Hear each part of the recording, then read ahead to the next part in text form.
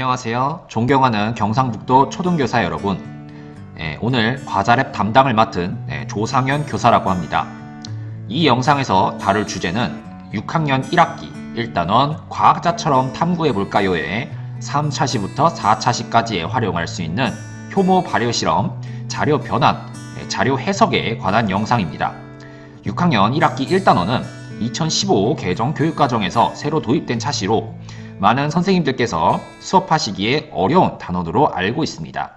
이 영상에서는 교과서로 제시되어 있는 효모 발효 실험과 더불어 조작변인과 통제변인, 그리고 종속변인에 대한 개념을 설명드리고 6학년 과학 중 다른 단원과 연계할 수 있는 실험들을 소개해 드리겠습니다. 실험을 하기에 앞서 조작변인과 통제변인, 그리고 종속변인에 대해 설명을 드리겠습니다. 조작변인은 실험 결과에 영향을 끼칠 것으로 예상되는 변인입니다.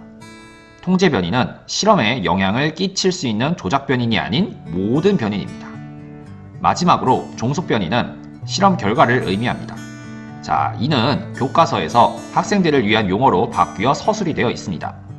조작변인은 다르게 해야 할 점, 통제변인은 같게 해야 할 점, 종속변인은 실험 결과로 서술되어 있습니다. 다음으로 실험이 끝나고 학생들에게 실험 정리를 지도할 때 팁을 말씀드리겠습니다. 실험에서 얻은 내용을 정리하는 법은 조작변인과 종속변인을 이었으면 논리성이 확고해집니다. 교과서 용어로는 다르게 해야 할 점과 실험 결과를 한 문장으로 이어 적는다고 할 수 있겠습니다. 이에 대한 자세한 방법은 앞으로 보여드릴 두 가지 실험의 결과를 놓고 설명드리겠습니다.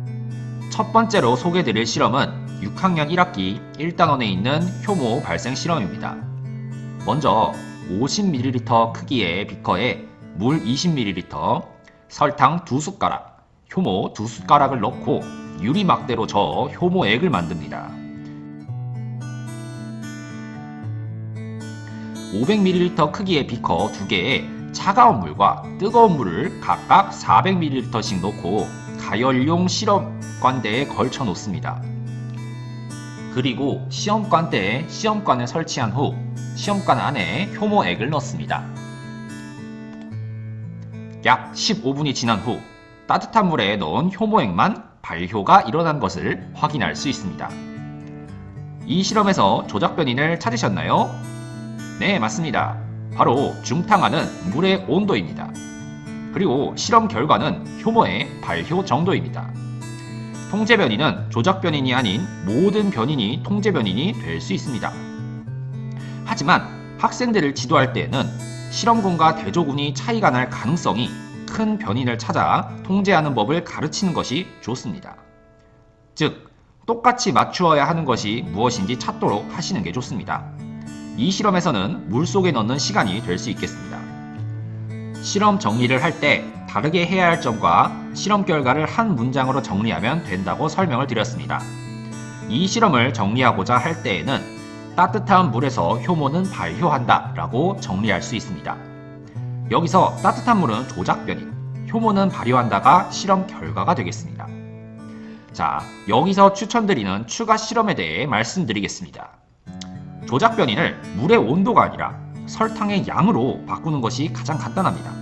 하지만 저는 색다른 실험을 해보려고 합니다. 바로 시중에서 파는 음료수에 효모를 섞어 효모액을 만들고 반응이 일어나는지 확인을 하려고 합니다. 특히 설탕이 들어가 있지 않은 무설탕 음료에도 반응을 일으켜보면 학생들의 흥미를 불러일으킬 수 있다고 생각합니다. 자, 여기에 보시는 음료수들이 오늘 실험을 위해 준비한 음료수입니다. 자, 이 중에서 주목할 만한 결과는 아마 콜라와 제로콜라, 사이다와 제로사이다가 될 수 있겠네요. 자, 첫 번째는 P이온 음료입니다. 반응이 아주 약하게 일어났습니다. 두 번째는 사이다와 제로사이다입니다.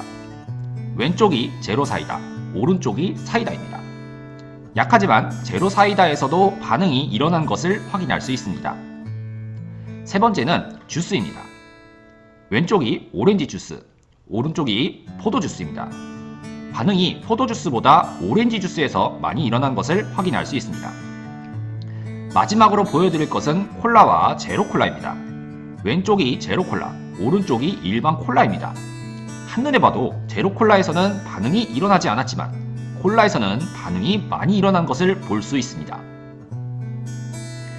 효모 발효 실험과 더불어서 소개드릴 실험은 6학년 2학기 1단원에 있는 전자석의 세기를 측정하는 실험입니다.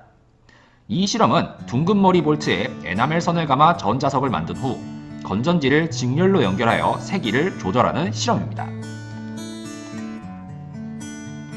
먼저 에나멜 선을 감은 횟수를 조절하여 전자석의 세기를 조절할 수 있습니다. 첫 번째 전자석은 100번, 두 번째 전자석은 200번을 감아서 실험을 진행합니다.